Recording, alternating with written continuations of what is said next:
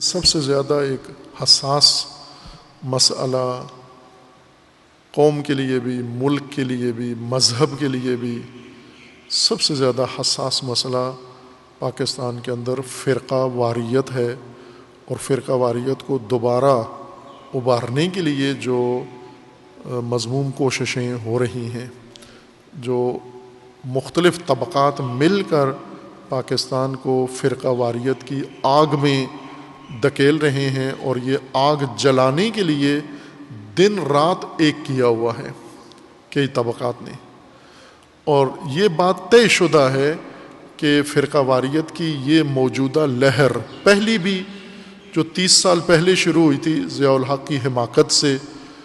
اس میں دونوں عناصر تھے، اس میں ملکی بھی تھے اور غیر ملکی بھی تھے اس فرقہ واریت کی اس لہر میں، لیکن اس وقت 100% غیر ملکی عوامل پاکستان کے اندر دوبارہ فرقہ واریت کی آگ جلانے کے لیے فعال ہیں، کوشاں ہیں، اور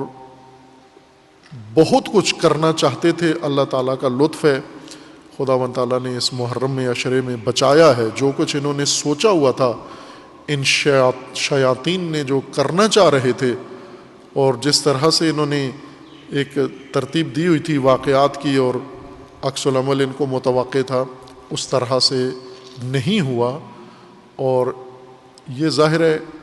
یہ کریڈٹ بھی کچھ لوگوں کو جاتا ہے، کچھ حکومتی عناصر ہیں جنہوں نے اس فضا کو کنٹرول کرنے کے لیے اقدامات کیے ہیں، حکومتی ایجنسیاں بھی ہیں جنہوں نے اس فضا کو کنٹرول کرنے میں کوشش کی ہے، پولیس نے خصوصیت کے ساتھ اس میں ذمہ دارانہ کردار ادا کیا ہے، اور علماء نے، بہت سارے مسالک کے علماء نے اس میں بہت اہم کردار ادا کیا ہے۔ جہاں پر منفی کردار بھی رہا ہے، حکومتی عناصر بھی اس میں ملوث رہے ہیں، کچھ نام نہاد علماء بھی فرقہ وارانہ آگ بھڑکانے میں ملوث رہے ہیں، اور دیگر طبقات، لیکن ان کے پیچھے جو ڈائریکٹر ہے اس سارے سینیریو کا، وہ ملک سے باہر ہیں، اور انہوں نے خوفناک منصوبہ بنایا ہوا ہے جس سے دستبردار نہیں ہیں۔ ایک ان کا حربہ ناکام ہوتا ہے،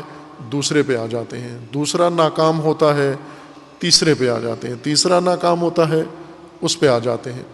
وہ ابھی بھی دستبردار نہیں۔ آج جمعہ ہے،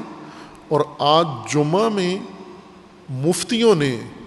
کال دی ہوئی ہے، اور مفتیوں نے خود بھی عہد کیا ہوا ہے کہ جمعے کے دن تمام نماز جمعہ میں اب بنے ہوئے ہیں، ٹولے بنے ہوئے ہیں، کوئی دفاع صحابہ میں، اور کوئی اہل بیت کے نام پر، کوئی صحابہ کے نام پر عہد کیا ہوا ہے کہ ہم نے یہ آگ جمعے کو پھیلانی ہے۔ یہ باقاعدہ کراچی میں مفتیوں کا اجتماع ہوا، اور بڑے مفتی نے ان کو گائیڈ لائن دی ہے کہ آپ نے جمعہ اس میں صرف کرنا ہے۔ اب ظاہر ہے یہ بہت ہی خطرناک کام ہے ملکی سلامتی کے لیے۔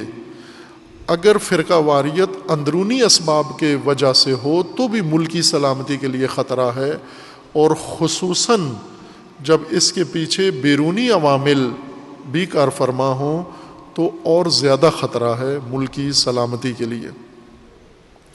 جتنا اس عمل کے مقابلے میں جو کچھ ہو رہا ہے وہ کافی نہیں ہے، ناکافی لگتا ہے۔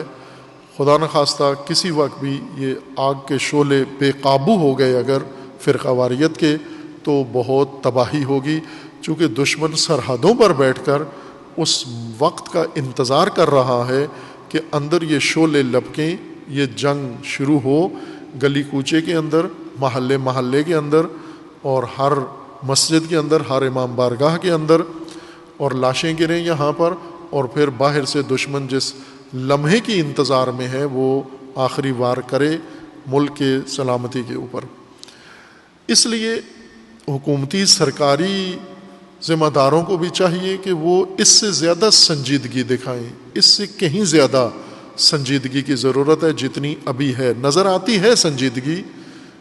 سرکاری بعض اداروں کے اندر، لیکن اس سے زیادہ کی ضرورت ہے۔ ابھی بھی جڑیں اور روٹس اس کے ڈھونڈ کر ان کو ناکارہ نہیں بنایا گیا، اس تک ابھی رسائی باقی ہے۔ لیکن عوامی طبقات بھی اس کے لیے ہوشیاری کی ضرورت ہے کہ ان کے بہکاوے میں نہ آئیں۔ عوام عموماً جذبات میں آ جاتے ہیں، عوام کو الجھایا جاتا ہے۔ آپ توجہ کریں کہ جمعرات کے دن کراچی میں مفتیوں کا اجتماع ہوتا ہے، سویڈن میں قرآن جلایا گیا ہے، ناروے میں مسلم اسلام دشمن ریلی نکالی گئی ہے، نعرے لگے ہیں، تمام مقدسات دین کی بے حرمتی ہوئی ہے۔ فرانس میں رسول اللہ صلی اللہ علیہ وآلہ وسلم کے توہین آمیز خاکے اسی گزشتہ ہفتے سارا کام ہوا ہے۔ اور پاکستان کے علماء کس بات میں لگے ہوئے ہیں، ان کی توجہ کس بات کے اوپر ہے؟ انہیں پرواہ نہیں ہے کہ باہر جو دشمن سب کا دشمن ہے، شیعہ کا بھی اور سنی کا بھی۔ فرانس نے جس رسول کے توہین آمیز خاکے چھاپے ہیں وہ سنی کا رسول نہیں، شیعہ کا نہیں، وہ تمام بشریت کے رسول کی، خاتم الانبیاء کے توہین کی ہے۔ قرآن جس کو سویڈن میں آگ لگائی گئی ہے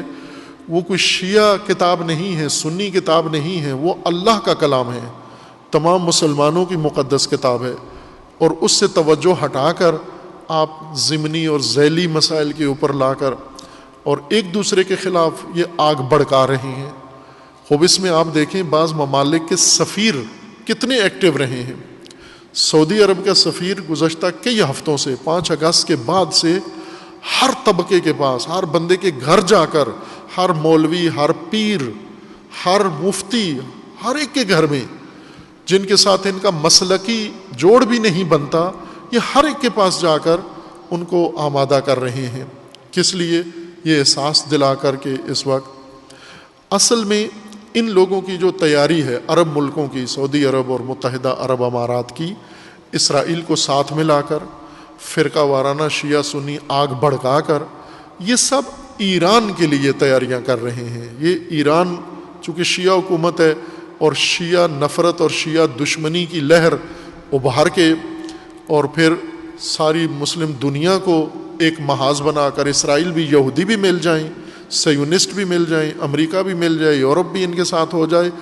اور تمام دنیا کے مسلمان سنی بھی ان کے ساتھ مل جائیں، یہ ایسا ان کا منصوبہ ہے، قبیح منصوبہ۔ کوششیں یہ کر رہے ہیں، یہ مکر شیطان یہ ہے، لیکن اس کے مقابلے میں اللہ کا مکر ہے۔ بعض شیعہ ہمیں یہ لگتا ہے کہ گویا وہ اہل بیت کے دفاع میں یہ کام کر رہے ہیں۔ نہ عزیزان من، صحابہ کا نام لے کر کوئی کرے یا اہل بیت کا نام لے کر کوئی کرے، ہیں دونوں ایک ہی منبع سے، ایک ہی جگہ سے ہیں دونوں، MI6 دونوں کے پیچھے ہے۔ اور یہ جو فرضیہ ہے اس کو پاکستان میں سرے سے کسی نے سنجیدہ نہیں لیا